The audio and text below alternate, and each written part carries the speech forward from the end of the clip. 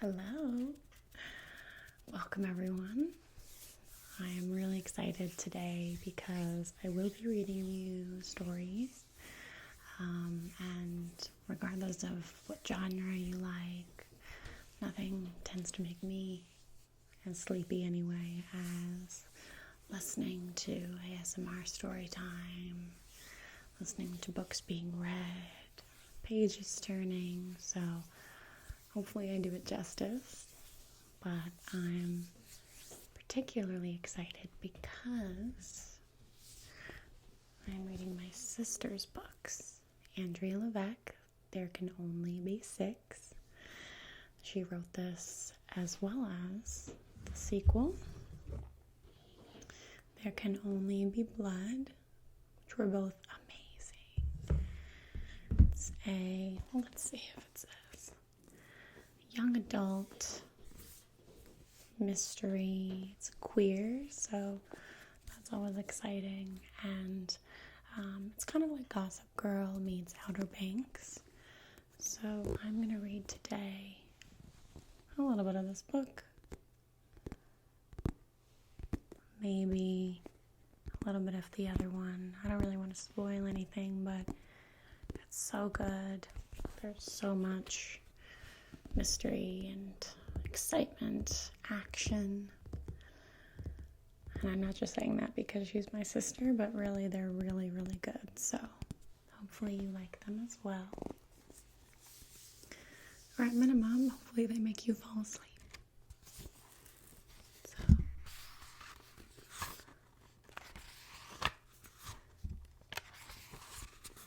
I'll actually read you a little bit about her in the back. Where is it?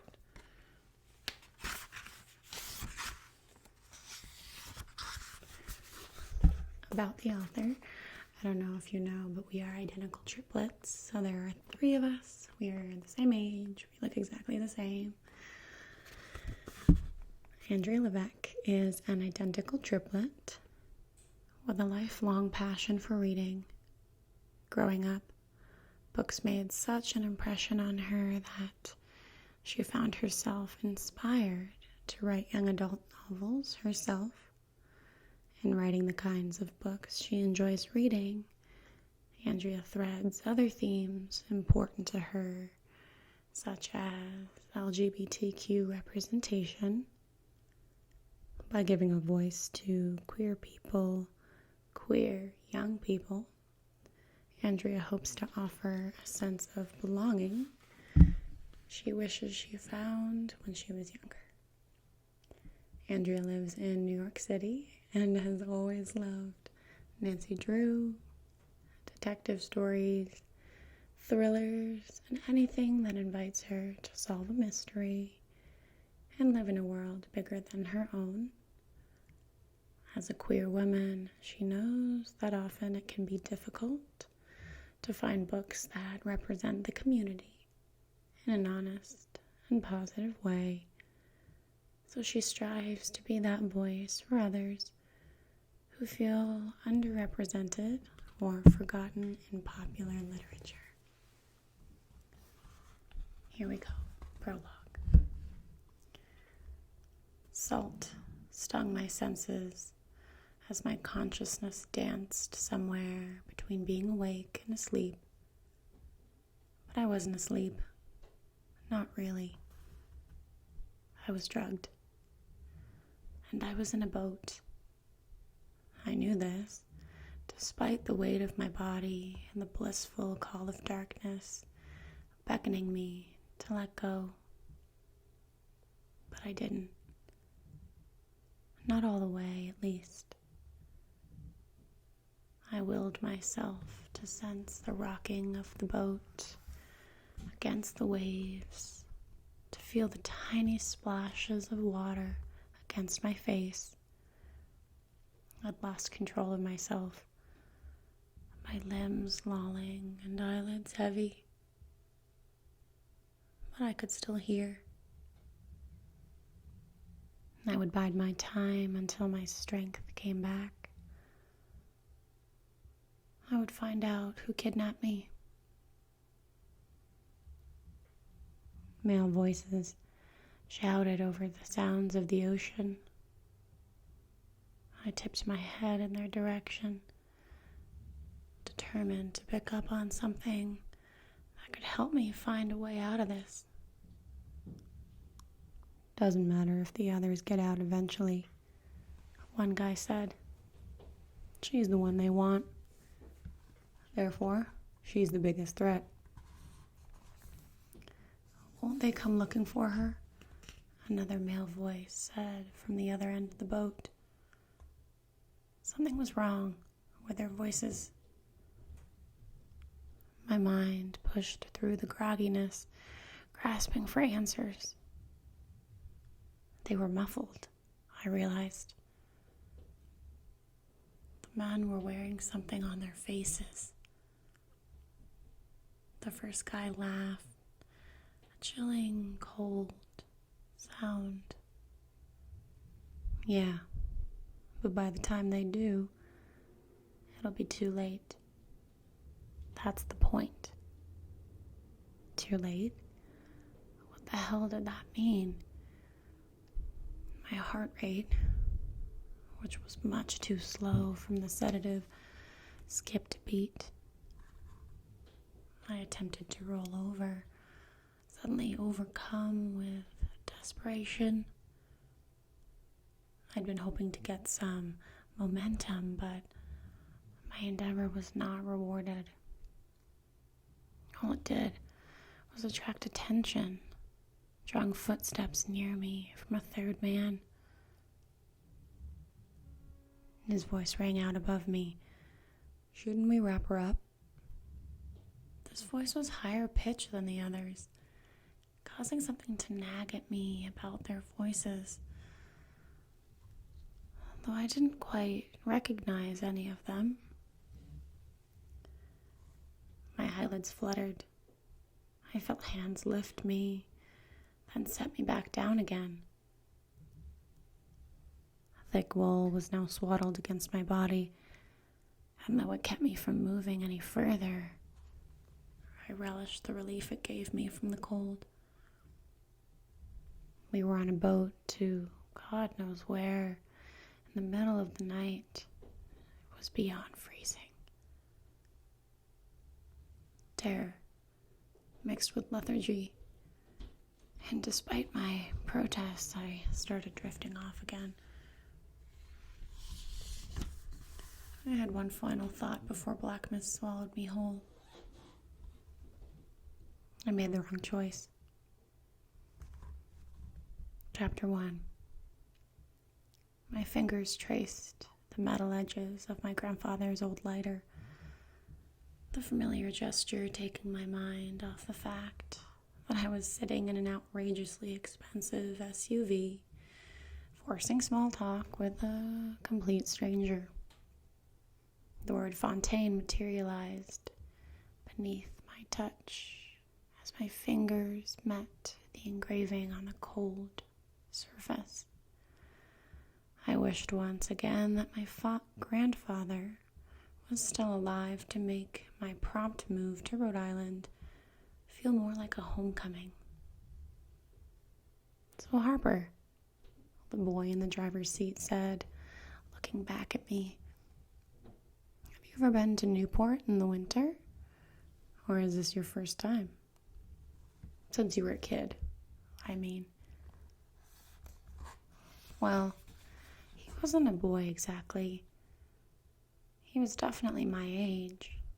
Objectively speaking, he probably had all the girls in this ritzy town crawling at his feet, based on his angular face and the way his shoulders turned into a perfect V shape.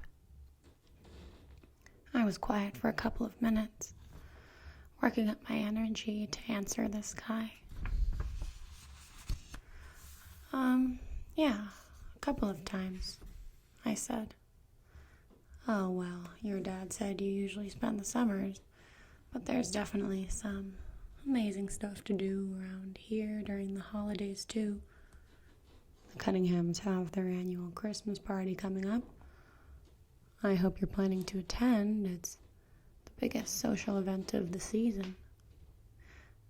The boy smiled back at me, and I noticed an even set of well-placed teeth forming what could only be described as a heart-melting grin.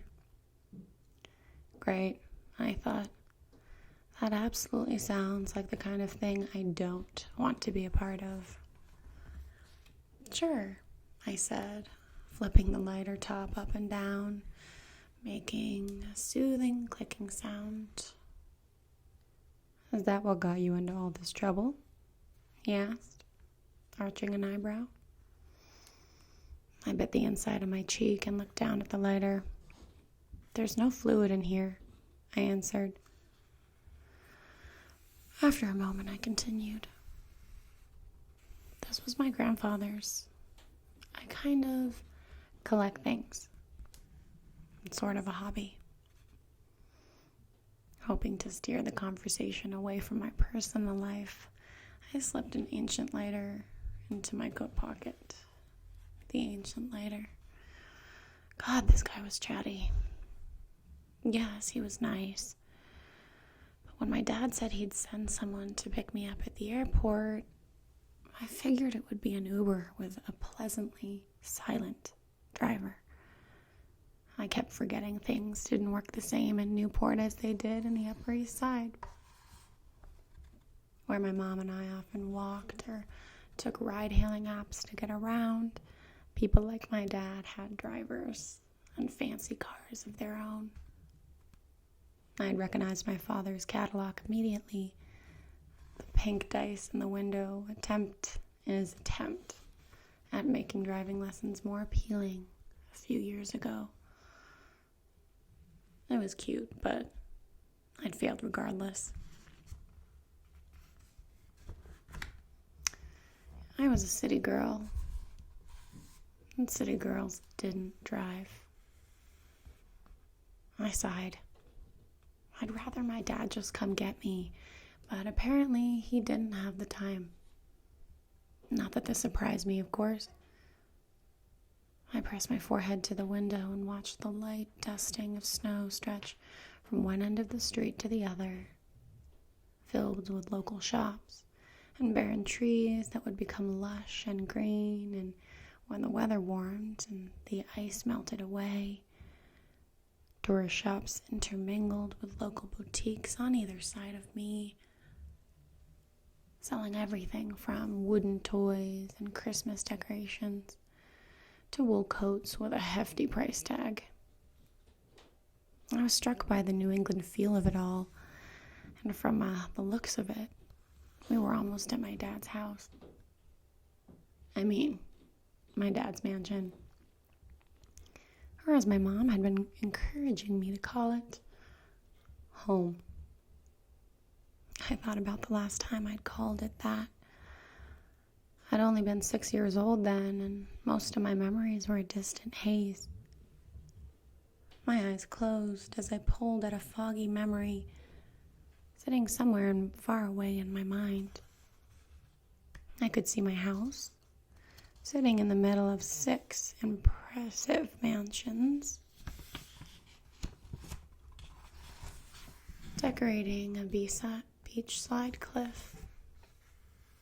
We looked down at them across the ocean as if from the sky. The windows lit up like fireflies as the sun abandoned the horizon, making way to twilight. All of this is yours, he'd said to me, a mischievous grin playing at his lips, hidden partially beneath a white mustache. Though the entire recollection felt more like a dream, I could still feel the pride swelling inside me at his words, though they didn't make much sense to me now. The boy's voice pulled me from my thoughts. I know Wellesley Prep will probably be a big change for you. It's definitely an intense school. Fantastic, I mumbled under my breath. His green eyes met mine in the rearview mirror, and he chuckled. Oops, I didn't mean to say that out loud. I just mean if you need my help, just let me know. Second semester junior year is an odd time to transfer. I know your dad is keen on getting you settled in since you only have a few weeks of winter break. I tilted my head, examining him.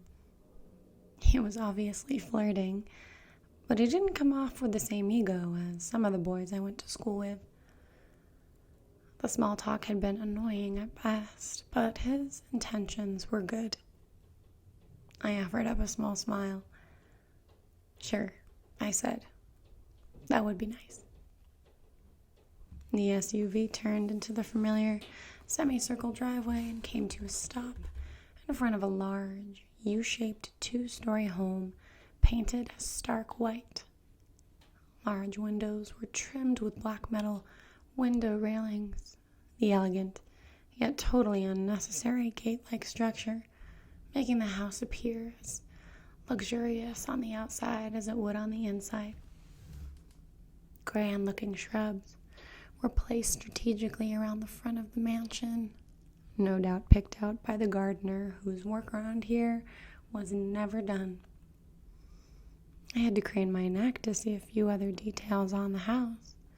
The porthole windows on either side of the roof's deep gray shingles, certainly befitting an oceanside home. Cozy, I thought sarcastically to myself.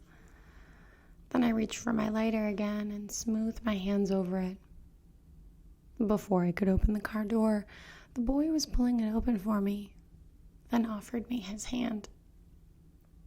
"Oh," I said, grabbing my designer backpack from the seat next to me.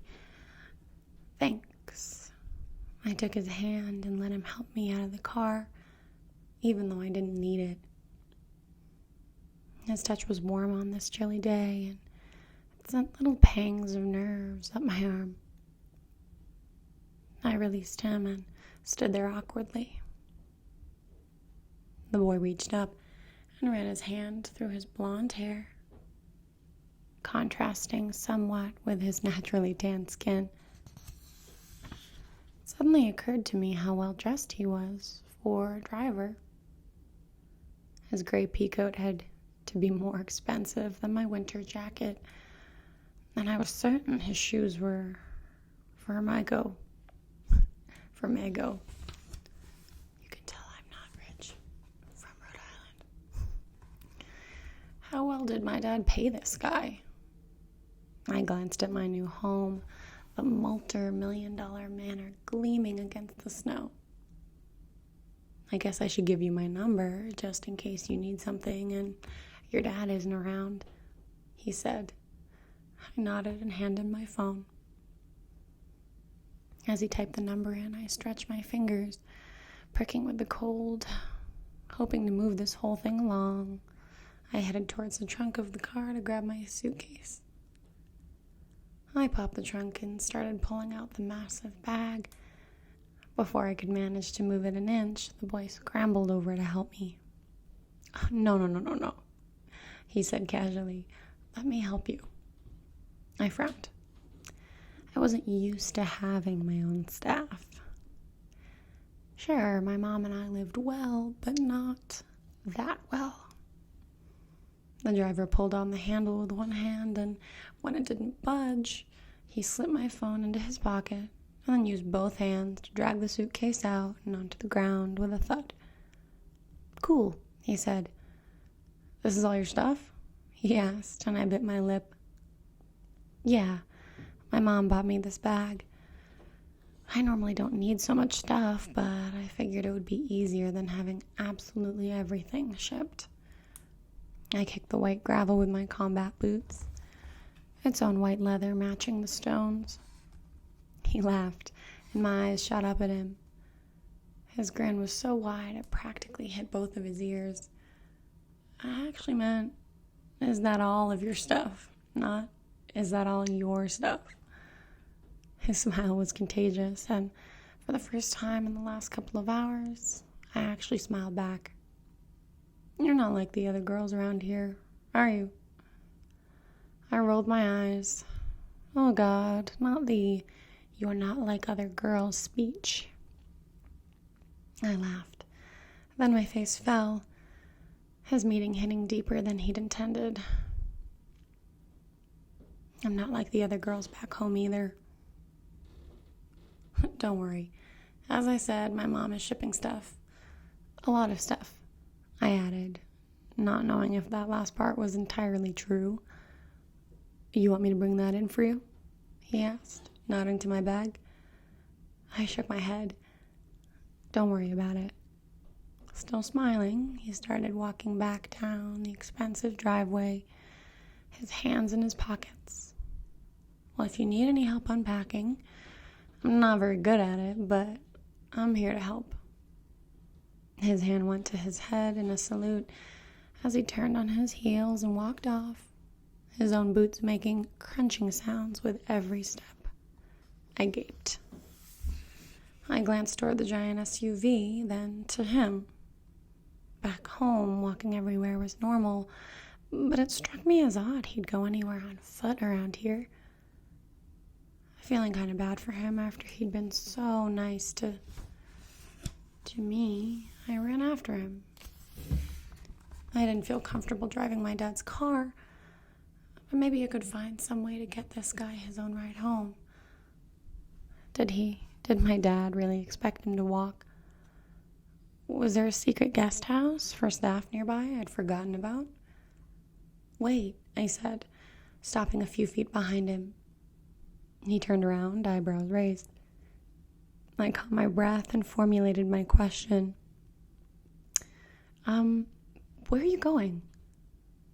Next door, he answered, like maybe I should have known that. My gaze trailed off to the even larger villa beyond the sprawling greenery between our properties, far enough away that I often forgot about it, but close enough that this guy could probably walk there. He must have noticed the blank look on my face, despite my every attempt to conceal it, because he laughed once again and offered me his hand. Aiden, your neighbor? My mouth hanging open, I clumsily shook his hand. I had the good sense to look embarrassed and tried to recall if he'd said any of this when he picked me up. To be fair, I'd been having a supremely awful day. I mean, who likes airports?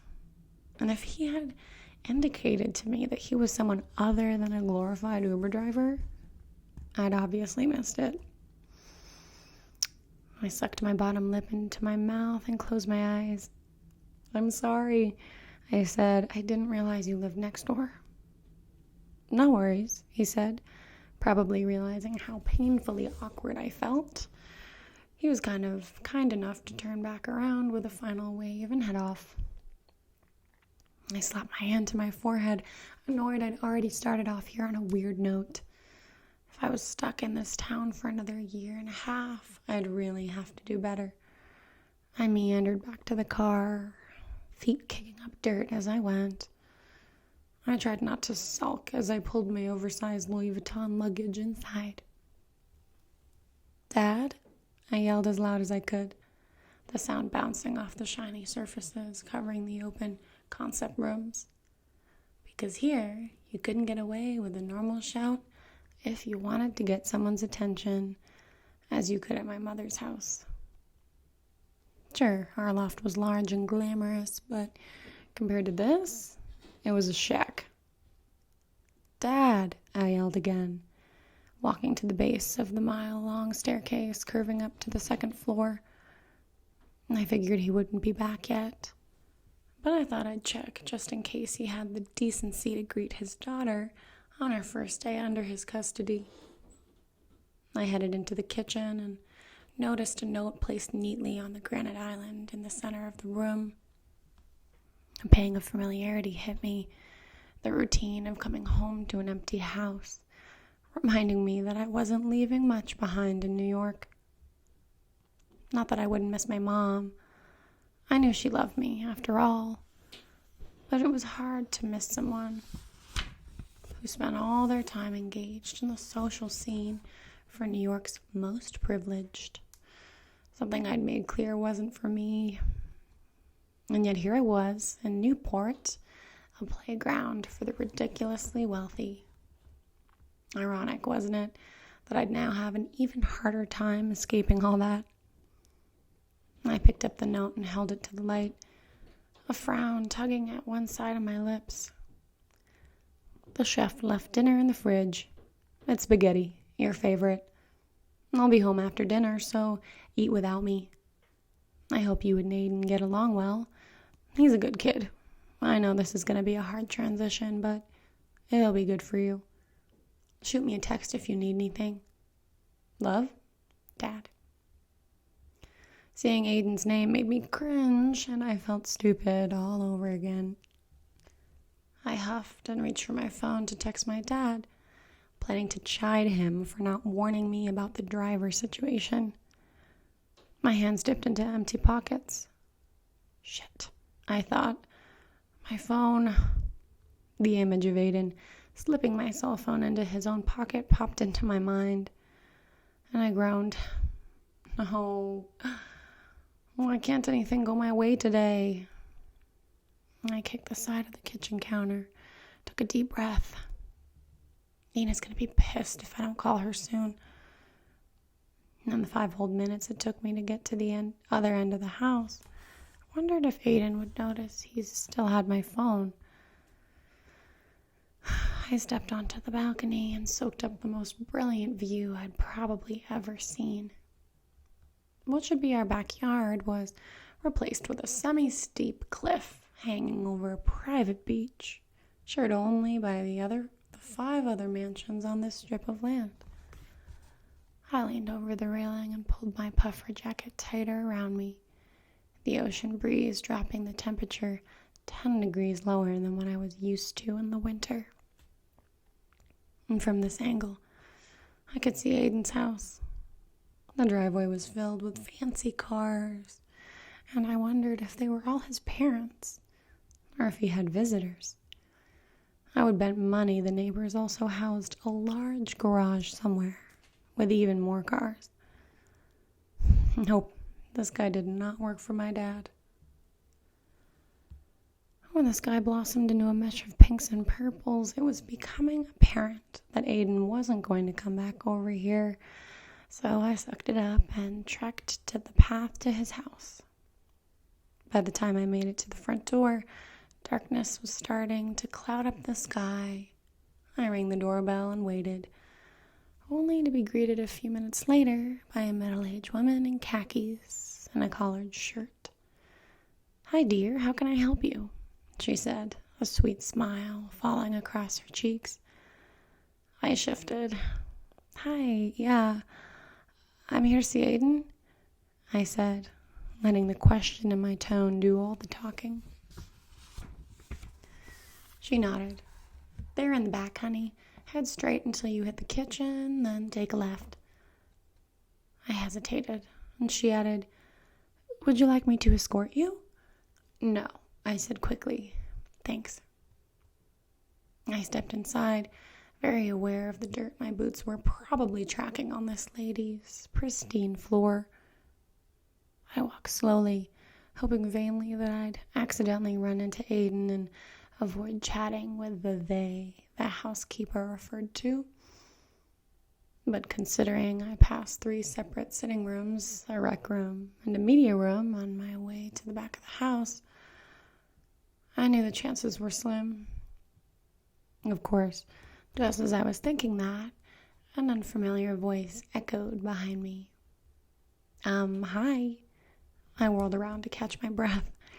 A tall girl about my age, though she could certainly pass for older, stepped into the kitchen, in nothing but a bikini the color of onyx. A puffy white towel was thrown over her shoulder. She slinked by me and tossed her dark hair over her other shoulder, the silky strands landing far down her lower back. She stopped in front of the refrigerator in the massive room and spun around.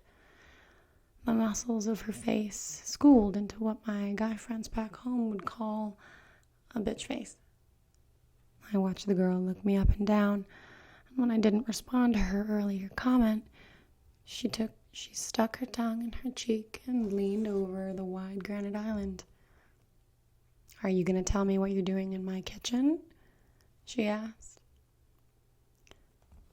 And that's where we'll end today. Page 16. There's a lot left of the chapter and so much more plot. This was just the very first few pages, but I hope that you enjoyed it. I hope it calmed you down or made you sleepy or whatever it was you're looking to get from this video. If you want to buy it, you can find it on Amazon pretty easily. There can only be 6. Andrea Levesque. And the audiobook will be out soon. Could already be out by the time you're watching this video, so feel free to check Amazon or her website. Easily find it online, so check it out because there's so much mystery and excitement in this. Thank you for watching, and I'll do more readings, so